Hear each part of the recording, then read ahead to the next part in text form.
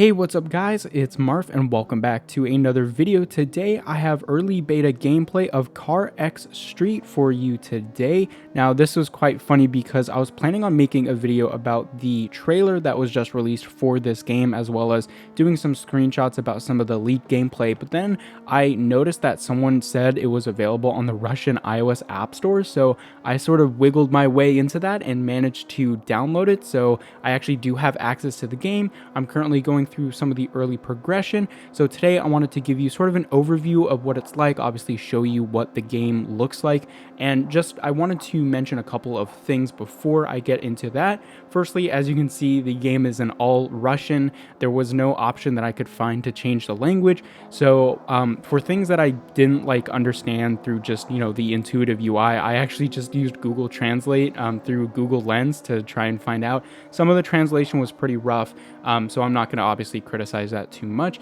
but I was playing kind of blindly in terms of figuring out what each button did and whatnot. Some of it is pretty obvious, but just wanted to mention that yes, I unfortunately cannot change the language for this.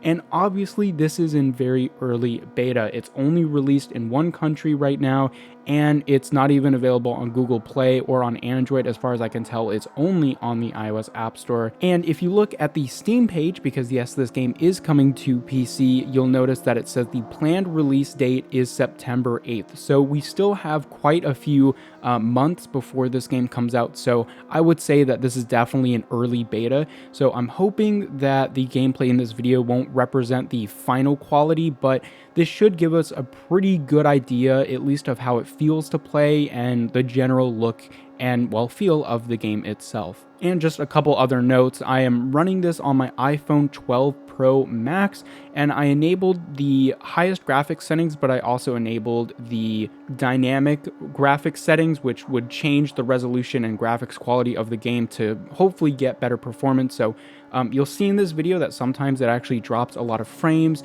and the graphics even, start popping in and out, and the resolution sometimes will even drop very, very low. So in terms of the actual graphical fidelity of this game, I'd say that overall you can see that it definitely looks like something that we haven't seen before on mobile, especially if you consider the scale of the map, which we'll talk about in a bit. It looks really darn good. It has some great next gen type of effects, so there's a lot of bloom, there's some reflections here and there. The general lighting isn't that bad, but the problem is that the game, at least on my iPhone, is running at a really low resolution sometimes, so that just kind of kills any of the perception of quality, I would say, as well as some of the textures look really low quality in some areas, and some things are definitely unfinished. But again, this is an early beta. I'm not going to judge the graphics too much, but I will say in terms of how the graphics work with the optimization of the game, that is something that I'm quite concerned about, because even though my 12 Pro Max isn't the newest device out there, it is certainly one of the most powerful. And if my device is really struggling to maintain a decent frame rate, yes, it's at the highest settings, but it is at a very low resolution, I'm quite concerned about the optimization about this game. Obviously, if you're running it on a decent gaming PC, you'll be totally fine. And if you run it on something like maybe an iPhone 13 or one of the newer iPhones that comes out later this year, or Androids, you might be fine. But for anyone running a device that's more than a year old, this game is going to be pretty taxing if you run the beta. But I can imagine for the Android folks, it won't look very pretty. So I'm hoping that by the time the game launches, they can really get the optimization up to snuff, because that's going to be a very important factor, especially for the gameplay experience. So let's go over a bunch of the different elements in this game. And again, I'm still progressing. I haven't experienced everything there is yet, but I do have a pretty good idea of what the gameplay is like overall. Now, firstly, unfortunately, I do have to say that there is a gas system. My first experience is that it doesn't seem like it's that bad. Instead of having a set amount of races that you can do with each car, it seems like your car actually has a gas tank, and just driving around will deplete that gas. And you can go to gas stations all throughout the map and fill up your gas. Either you can watch ads or you can pay for it. Now, my only concern is that the price to completely refill your gas tank is like $1,000 currency, which is quite a lot at the beginning of the game. You really don't get a lot of money whatsoever, but filling it up using ads or just using the small, I think it was around $70 for like 5 gallons, that seemed to be fine. And I only ran out of gas one time to just see what happened. And I don't know if I have gameplay of it, but basically you can just go really, really slow. So you don't just like stop and you can't do anything. You can like slowly make your way to another gas station. I would say this is a really innovative gas system. I think it definitely needs some tweaking in order to make it less inhibiting, but overall it's a good idea. And as long as the advertisements and the price for a small amount of gas remains low, and of course the ads give you quite a bit of gas, I don't really see this being too much of a problem. I assume that this game will be free because the beta was free, so I don't have a problem with them having a gas system, especially if they implement it like this. As long as it just gets more balanced correctly, I think actually this could be a pretty good system. The only thing you'll have to look out for the gas system is you don't want to start a race on low fuel, because obviously you'll actually deplete your fuel in the middle of a race, and I can't imagine that will go very well at all. Now, in terms of game modes, there seems to be a sort of timed sprint mode, a sprint mode in terms of just getting from one location to the other in first place, as well as a circuit mode going around a track and trying to get first place. Now, with the time attack mode slash sprint mode, it's just you against the clock, and they actually call this a farm race. This is available to any car at any level, and they just appear throughout the map from what I can tell. And it seems like no matter what performance level your car is, the rewards stay the same. So if you play it at the lowest rank car, well, I guess the starting car, you actually can't get a good enough time to really get a lot of rewards. So I think they have to tune this and tune the rewards and whatnot, which again, I assume this is something they'll do before the launch of the game, but they actually call them farm races. At least that's what the translation told me, so I thought that was kind of funny. But then there is actually different sections throughout the map that you can click on, and they sort of launch you into campaigns or short little bunches of missions.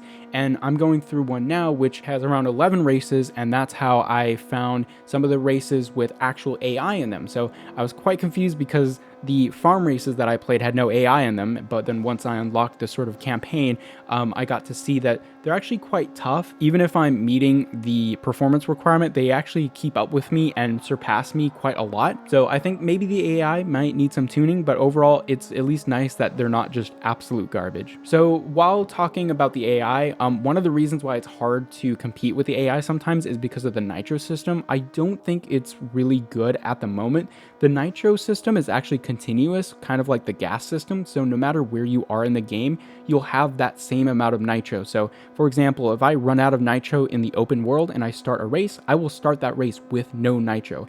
And it seems like doing stunts and sort of getting a better combo meter will fill up your nitro, but I honestly can't quite tell what actually gives me nitro, besides just it seems like driving fast will give me nitro, but the nitro gets depleted really quickly and it doesn't provide that much of a boost. I assume this can be upgraded, but at the start of the game it's quite rough and honestly quite annoying. And at the same time, I think this system of persistent nitro is bad for balancing, because I think having a set amount of nitro, or the game determining how much nitro you should have at the beginning of a race, will help the developers just balance the tunes of the car, the balance of the different nitro upgrades, and the AI as well. Because as it stands right now, you can just drive around in free roam, get as much nitro as you can, and then start the race with full nitro, and obviously that'll just give you a massive advantage. Now, speaking of the upgrades, I'll go ahead and show you guys gameplay of what it looks like now. Obviously, all of it is in Russian, so all of the different parts, I sometimes couldn't quite get the translation to work, but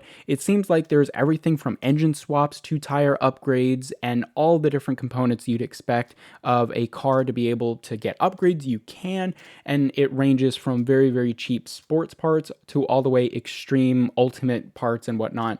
So the price ranges are very vast, and it does seem like you can get something like a Civic with this starter car up to a very high level of performance. Obviously, I didn't get enough time to grind out money in order to test out those high performance parts, but I did upgrade some of the very low end performance parts, and it does seem to make a slight noticeable difference, but it's nothing crazy. But again, as I progress more into the game, obviously I'll get a chance to try some of the more crazy upgrades. In addition to all of the different upgrades, you can also customize the different parts of the car. So you can add wings, you can change rims, and tires and different body parts and add wings. And I think I already mentioned that because I am going crazy. But anyway, you can upgrade pretty much all of the cosmetic items in your car. I'm not sure if it varies by car, so I don't know if some cars have more options than others, but it does look like a really comprehensive system, pretty similar to recent Need for Speed games, which is really awesome to see, especially on mobile. So the customization looks pretty awesome, and of course you can change the paint style as well as the color itself. So next up, let's talk about the car list. There isn't any officially licensed cars, but they're named pretty closely to their real life counterparts, and they're pretty obvious what car they represent in real life. Now, unfortunately, there's no Audi TT, but this car list does seem quite short for what seems like it will be eventually a pretty big game. I'm sure that there will be updates and they will add more cars in the future. I'm hoping that this list will be extended for the global launch, which again, I'm sure it will. At the moment, it is at least like a decent selection. You have cars from pretty much every like type of manufacturer and region throughout the world. So you got tuner cars and very low-end cars like this Civic, all the way up to, I believe I saw a Mercedes-Benz Coupe, which was quite interesting to see. And of course, they range from something that I can see getting within a week of playing this game to, wow, I don't even know if I will ever be able to afford that. So we have yet to see how the economy of this game works out, but it does seem like you have to get over some initial hump of grinding to maybe like your first couple of upgrades or getting your first really good car, because as I mentioned previously with that single race, they don't change the rewards for your performance of car. So you have to get a really good car in order to get good rewards. So I'm hoping there's some point that the player reaches where it actually makes sense to do the farming races, because at the moment you're just too slow. But overall, in terms of the car list in this game, there are different performance classes, kind of like something like Asphalt or Forza. And I assume that if you upgrade a certain car enough, you can actually get that performance class upgraded to the next class above it. So now let's talk about more of the graphics, but also the map itself. There is a lot of pop in, which means that there are assets that are just kind of popped in and out of existence, I guess. And I don't think this is due to the dynamic option that I have enabled, because I did try it out with the dynamic mode disabled and all of this stuff was still happening.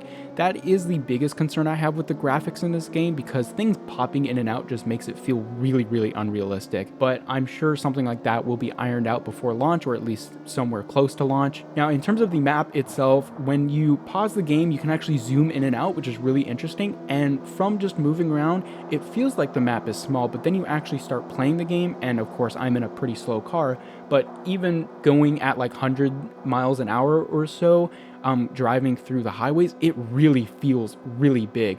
I'd say it definitely feels maybe on par with something like Palmont from Need for Speed Carbon, which is a game I'll talk about in a bit, but the map seems really awesome. And what I'm really excited about is all the different parts of the map that make it feel different. So you have everything from those downtown urban areas to long stretches of highway, but also very curvy, windy roads up in hills and mountains. And what's nice is that you definitely feel that you're in very distinct areas. You can feel the theme of the map changing as you drive in and out of each location, which is really cool. So like I mentioned earlier about Need for Speed Carbon, this game definitely gives me Need for Speed Carbon vibes. At least for me, that was the main Need for Speed game that I got into. That was actually the first Need for Speed game that I played. I'm sure that for other people, it might give them Need for Speed Underground vibes or other mid-2000s racing game vibes. And that is probably the most exciting part that I have, because for years, I have seen people emulate games like Need for Speed Carbon on mobile devices. I even made a video about that. And so it led me to think, why can't we have these big open world games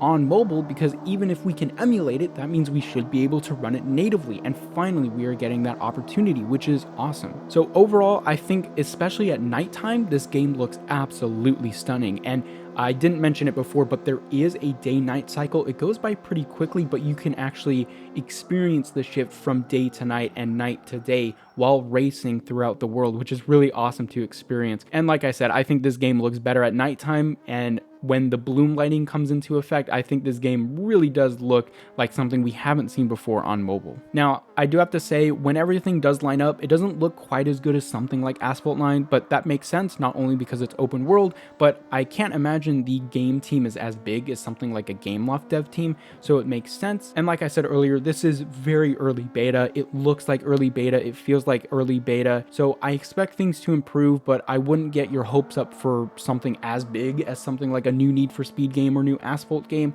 but this has so much potential. I really enjoyed playing this game. I'm going to keep playing it. Really, the biggest concerns I have is the optimization of the actual performance. So running it on other devices besides something like the newest high-end iPhone might be challenging, and I really hope that they can get that sorted out, because that is going to be the biggest barrier to playing this game. And the other thing I hope they get right is just the general feel of the economy. Of course, everyone likes some grind within a game because you don't want to get through it too easily, but at the same time, nobody wants this to feel as annoying as, you know, just a general free-to-play mobile game. So we'll have to see what happens. Again, everything looks promising. Some tweaks here and there might make this a much better experience, and at the moment, I am having fun with this, and I hope you guys enjoyed looking at this early beta gameplay of CarX Street. Let me know your comments and thoughts down in the, well, comment section down below, and let me know if you'd like to see more gameplay of CarX Street. If there are any major updates or, you know, news about this game, I will keep you guys informed, so click that subscribe button, and I will see you guys later.